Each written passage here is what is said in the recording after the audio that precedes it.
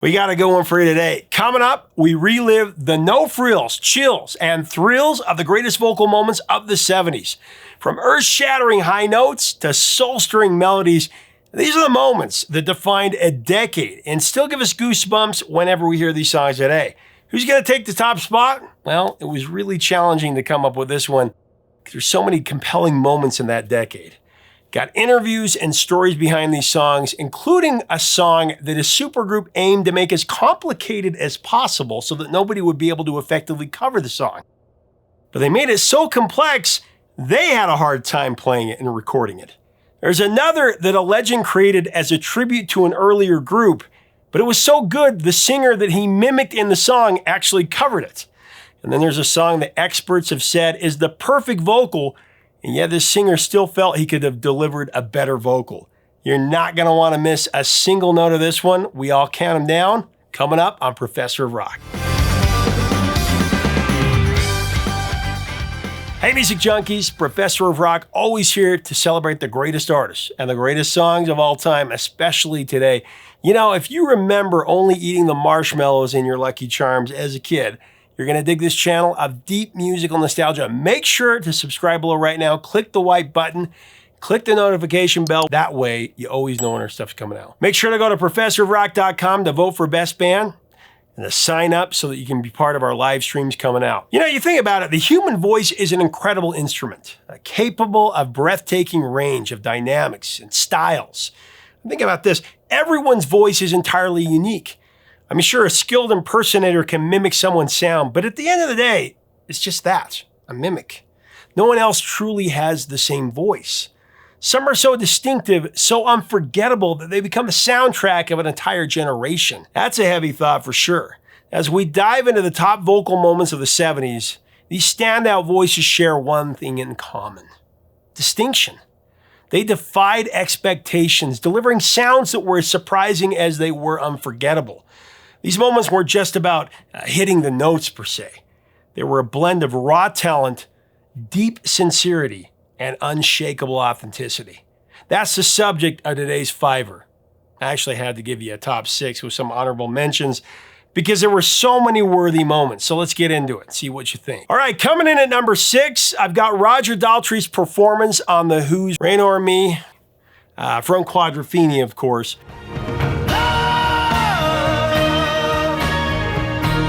You know, in a 2010 press release, Pete Townshend reflected on why Quadrophenia stands as his most multi-dimensional work, which is really saying something because The Who had so many masterpieces.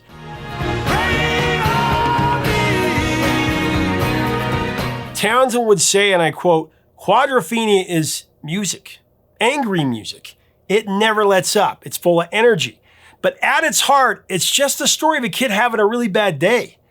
It rains, he sits on a rock and he reflects on his life, his present, his future, and then he does something that he's never done before. He prays. That moment of prayer inspired one of the album's most iconic tracks, Rain Over Me, delivered with an explosion of emotion by one Roger Daltry.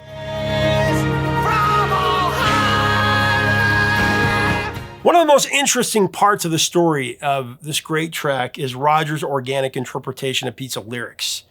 It's why it is got to be regarded as one of the best vocal moments of the 70s. Roger didn't sing it the way Pete intended the song to be sung. Check this out. In a March 2008 interview with Q Magazine, Roger Daltry was asked about Pete Townshend's challenges in writing songs suited to his voice. The Who frontman responded with this: "That's part of what makes The Who what it is. Pete's always had this knack for writing songs with a different lead singer in mind."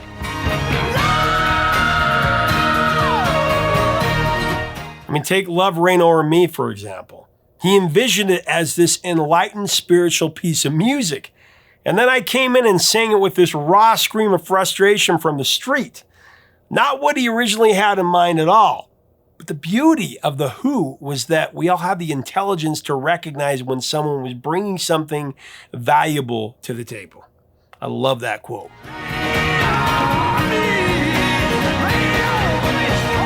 Pete confirmed this in a 2019 interview. He originally envisioned the vocal delivery as, get this, a soft whimper.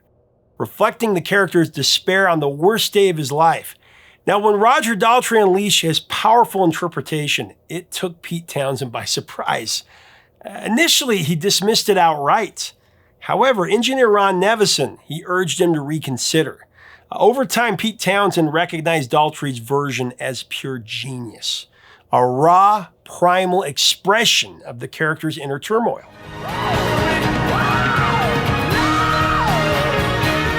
That moment marked a turning point in their relationship. Because of his performance on Rain on Me, Pete came to see Roger not just as a vocalist, but as a true actor, capable of channeling unparalleled passion into the lyrics.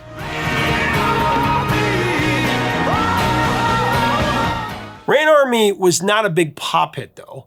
It stalled at number 76 on the Billboard Hot 100. It also went to number 31 in Canada. But it's become one of the most revered rock ballads ever, featuring a monumental vocal moment in music history.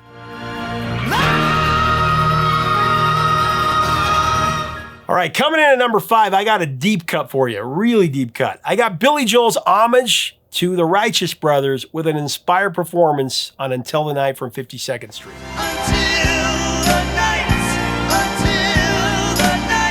Billy Joel wrote Until the Night to be a show-stopping ballad, like I said, in the tradition of the Righteous Brothers.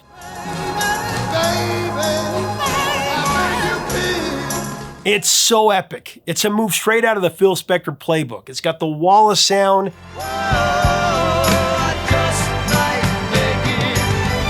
It's incredible.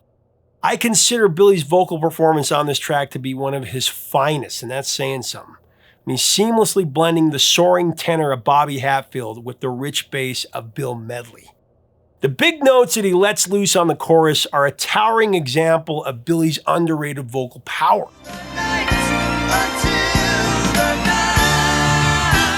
Billy's knack for channeling the music of his childhood has always been a secret weapon throughout his career, and it really shines on this deep cut from 52nd Street. From 1978. Here he crafts a heartfelt homage to the sweeping urban romance of Phil Spector's work with the Righteous Brothers. And get this, Billy doesn't just tip his hat to the duo. Like I said, he nails both Bill Medley and Bobby Hatfield's parts with an overdubbed vocal performance that's nothing short of stunning. First I thought he was singing with somebody else. He's singing with himself. I'm just beginning to feel, I'm just beginning to get. Like The Stranger Before It, 52nd Street was produced by the great Phil Ramone. In his 2007 book, Making Records, The Scenes Behind the Music, Ramone shared a funny observation from their early sessions together. Billy had a habit of mimicking other singers. Instead of jumping straight into his own songs, he'd warm up by doing spot-on impersonations of other artists like Bruce Springsteen and Joe Cocker.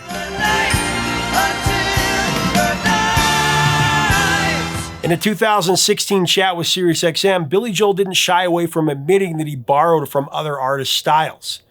He said, "I'm not a stylist. I've never been a big fan of my own voice. I'm a songwriter, which means I can imagine any voice singing what I write." For Until the Night, he tapped into his love for the Righteous Brothers, and especially the 1964 classic, You've Lost That Love and Feeling.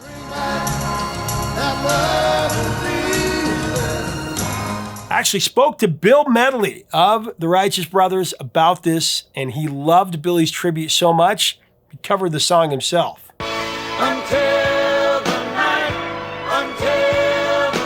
Billy Joel wrote a song, one of my favorite songs that he ever did, Until the Night. And it is just him basically mimicking the two voices.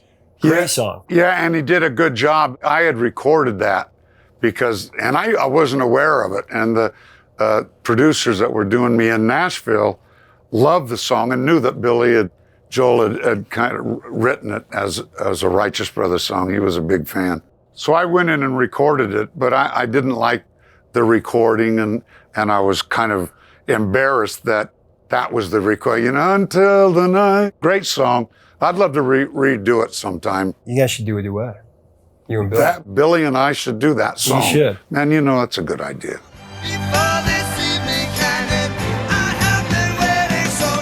All right, coming in at number 4, I have the incomparable Ann Wilson and her sister Nancy on Heart's Crazy on You.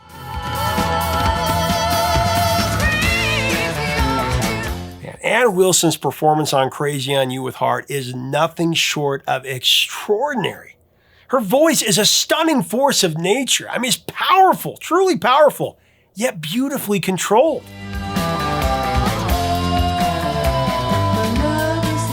She can hold a note so long it feels like time stands still, all while pouring raw, unfiltered emotion into every word. A rare gift that only a handful of singers in music history can truly claim.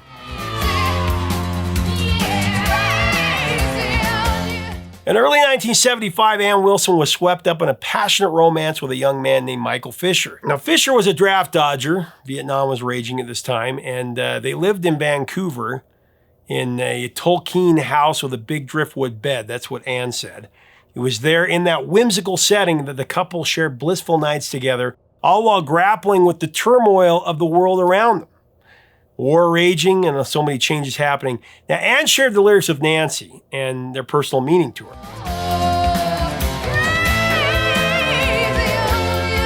Nancy remembered that she had a nasty flu that made her kind of delirious, but she wasn't too delirious to recognize the power of her sister's lyrics.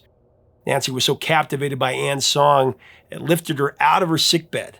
We'll get Ann Wilson's personal take on this song right after I mention our sponsor. Let's talk about another growing scam out there that we need to be prepared for, unfortunately. The FBI calls it house stealing because that's literally what it is. Scammers can transfer the title of your home into their name using a one-page document they file using fake signatures and fake notary stamps. Now, once your property is in the criminal's name, they can take out loans against it or even sell it behind your back. It's crazy how diabolical and common this is. The good news, though, is that you can protect yourself from this crime with triple lock protection from Home Title Lock.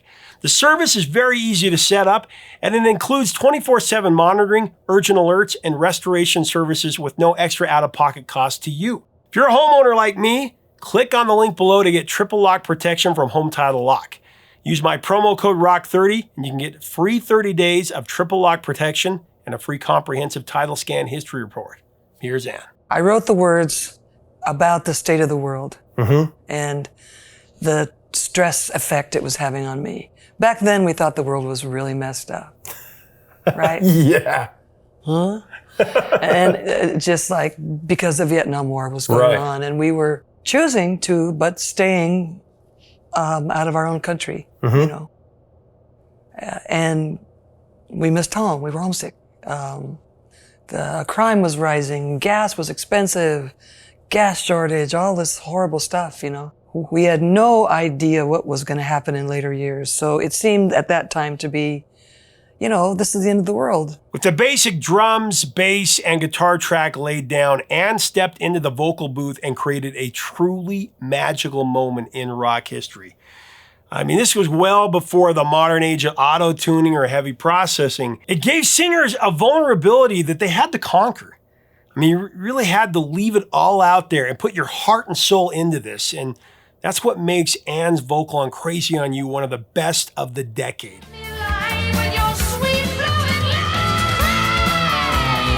Crazy on You is another example of a song becoming much bigger than its peak chart position. It turned out only to be number 35 on the Billboard Hot 100. But you know, since its release in '76, the track has evolved into one of the most popular classic rock songs ever and vaulted Ann Wilson into superstar status.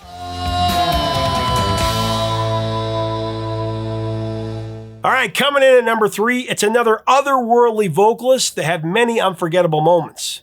Talking about Queen's Freddie Mercury. I don't think I would get an argument on several Queen songs from the 70s here. But you know, the one I chose was Freddie's performance on Somebody to Love.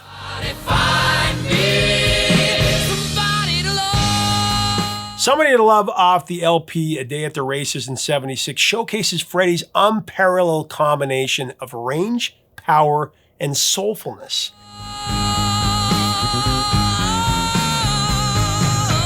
It was his gospel-inspired delivery that really made Somebody to Love really something special. Freddie's voice was so strong that scientists who study the human voice have conducted studies around him to see if they could figure out what made his voice so extraordinary and how he was able to produce exceptional vibrato with that tenacious growl that he had.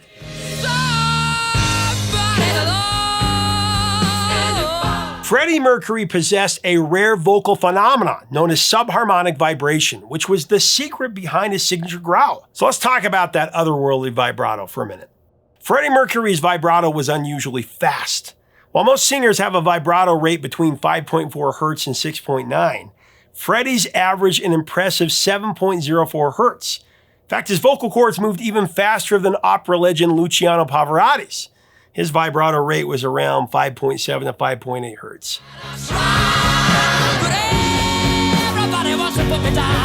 Freddie's genius seemed obvious to everyone except to Freddie himself. When Freddie first heard a playback of his voice in the studio, he realized that it needed a lot of work. Unable to afford voice lessons, he decided to train himself. One thing that stands out in any biography about Freddie is his sheer willpower and his determination to become one of the best singers in the business. Queen's Roger Taylor once said that Freddie was his own creation. And when asked who influenced him the most, Roger simply replied, Freddie. Freddie was his own greatest influence. And Brian May echoed this, saying he'd never known anyone with such self-motivation and drive. In the blink of an eye, he said, Freddie transformed his voice. Before long, Queen didn't just have an extraordinary performer, they had an extraordinary singer to match this.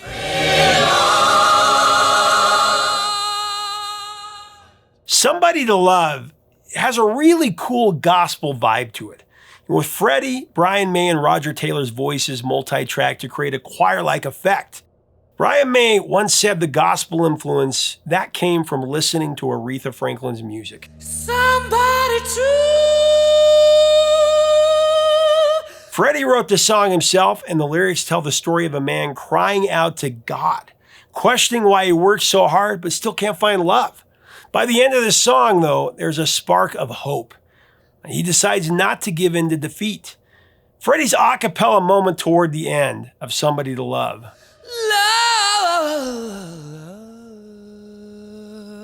It's absolutely spine-tingling. That's why I chose this song.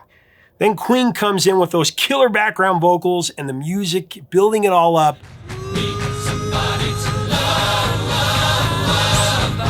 And just when you think that it couldn't get any better, Freddie starts riffing like a man possessed. Honestly, it's one of the best vocal performances of the rock era. Probably should be higher now that I'm thinking about it.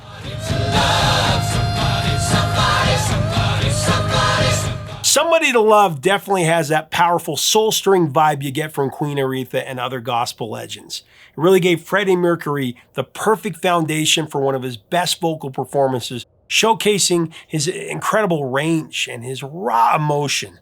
We also have to make a special note of Freddie's improvs in the coda, another facet of his talent that put him at the top of the luminaries.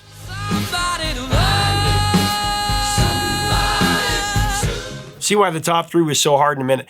And number 2 of our countdown of the top vocal moments of the 70s, I got Robert Plant's towering performance in Black Dog as the front man for Led Zeppelin. Mama said the way you move, gonna make you sweat, gonna make you groove. Now the band worked up this song at Headley Grange, a mansion in Hampshire, England. It's out of the country, surrounded by woods. A nameless black Labrador retriever would wander the grounds and the band would feed it. When they needed a name for this track, which didn't have an obvious title, they thought of that canine and they went with Black Dog. Now, John Paul Jones, the highly respected bassist for Led Zepp, he got the idea for the song after hearing Muddy Waters' 1968 album Electric Mud. I just want to make love to you.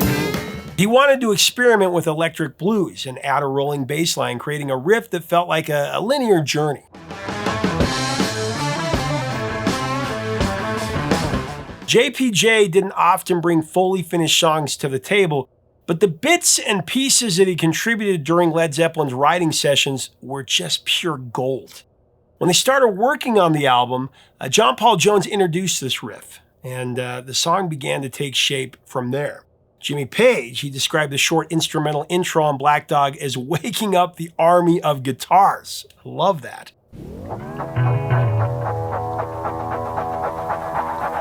And then Robert Plant steps to the mic and creates one of the top vocal moments of the 70s, if not the entire rock era. Robert Plant, he lets loose his powerful high-pitched Hey Hey Mama, singing completely a cappella.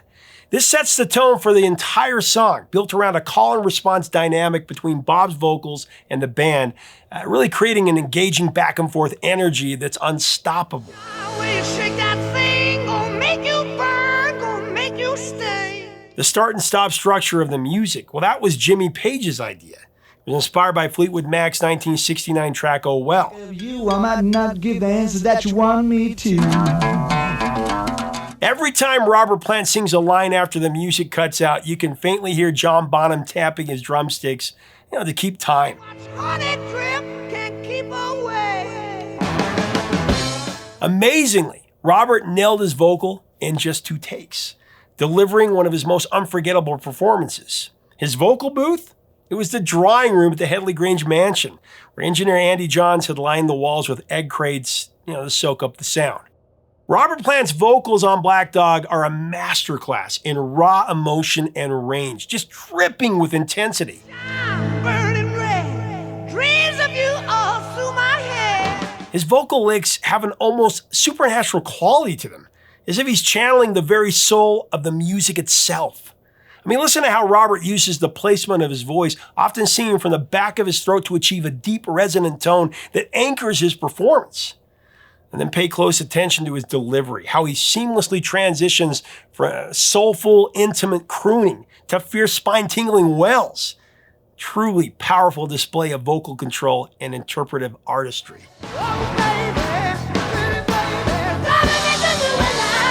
So a theory has circulated forever that John Paul Jones intentionally made this arrangement, the arrangement of Black Dog, as complicated as he could, as possible. He did this so that nobody would be able to effectively cover the song. That's the urban legend. But it became so complicated that as accomplished as Led Zeppelin were as musicians, they could barely play it. Lies make me a happy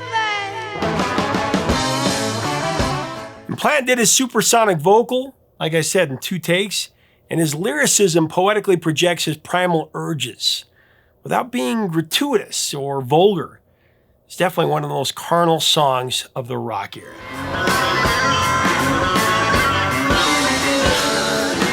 All right, I'm excited to reveal the top choice of top vocal moment of the 70s. I talked about this about a year and a half ago, but for me, it's Brad Delp's gigantic performance in Boston's More Than a Feeling.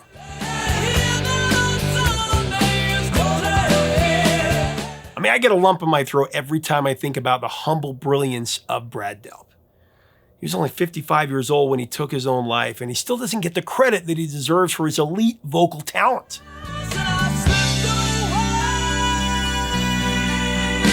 Now, Boston's mastermind Tom Scholz wrote this track about a guy who wakes up feeling down. He turns on some music, and he gets swept away in a daydream about his days with Mary Ann. Scholz described it as a fantasy event.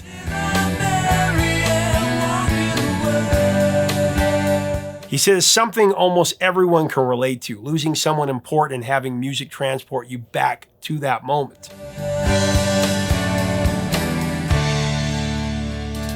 It was disclosed that Tom drew inspiration from the heart-tugging mood of the Left Bank's 1967 hit Walk Away Renee. I was just, that came on the radio just the other day, and I pointed that out to my kids. Just walk away, Renee. Apparently, Scholz poured 5 years of effort into perfecting this song in his basement studio before it finally made its way onto the album.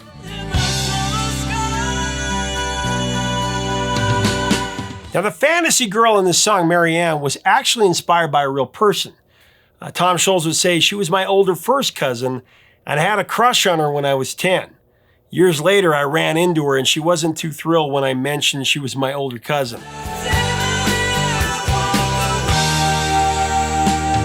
While being one of the best songs ever recorded, you gotta admit, it's Brad Delp's high notes that are the best part of More Than a Feeling, at least my favorite part. The transitions between Brad's sustained high octave and Tom Scholz's distinctive guitar tone gives me goosebumps every time out. It's a perfect blend of instruments, one coming from the body of a human being and the other from the body of an electric guitar.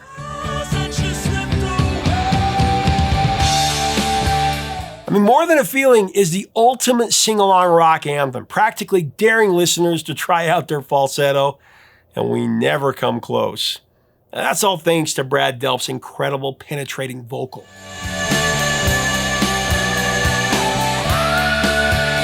When most male rock singers hit those high notes, we usually call it falsetto. But with Brad Delp, there's nothing remotely artificial about his upper range. It's pure, it's powerful. It takes us on a journey to the outer limits of musical space and time.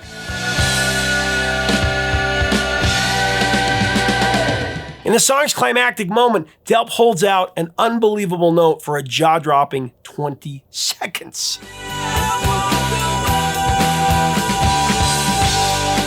When asked if he had a gut feeling that Boston's debut single would become a massive hit, Brad Delp admitted that he'd lost all objectivity. By this point at least. He couldn't even picture himself in a band that would find national success. It seemed just too far-fetched to him. In a rare interview, Brad unlocked a surprising perspective. He wasn't entirely happy with his vocal performance on More Than a Feeling, or other tracks from Boston's blockbuster debut album. Can you believe that?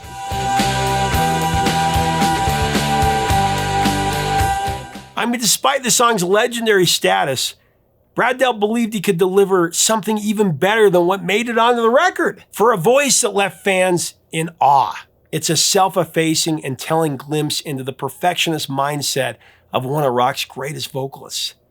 You can't outdo perfection, and yet Brad Delp always tried, as did Tom Scholz, which is why it's a slap in the face that Boston is not in the Rock and Roll Hall of Fame.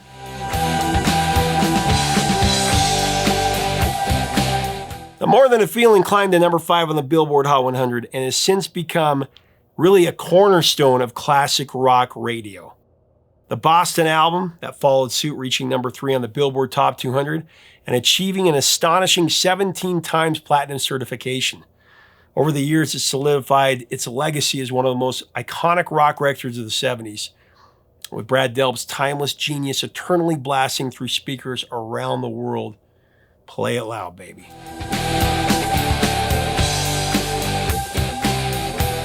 These are just 6 of the top vocal moments of the 70s. Now, I gotta include some honorable mentions. Here are 3. Harry Nilsson's transcendent performance on Bad Fingers Without You.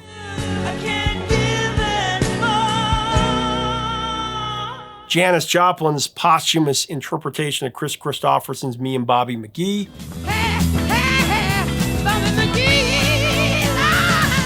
And the song where Barry Gibb discovered his legendary falsetto that helped define the sound of the 70s. Though it's not rock, I had to throw this in there.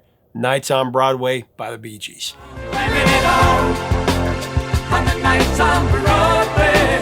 Man, I hope you dug this countdown of the top vocal moments of the 70s. I don't think you can replace the top 3. You just can't. It'll be very interesting to get your take, though. What do you think are the top 6 vocal moments of the 70s? Let's have a spirited discussion. Tell me your memories of these songs, what you think. Give me your top 6. Let's see if they're better. Again, Robert Plant, Freddie Mercury, Brad Delp. You just can't top those 3. Ann Wilson as well. Let's have a great discussion. If you like our content, we invite you to subscribe. We'd love to have you as part of our community. Till next time, 3 chords and the truth, my friends.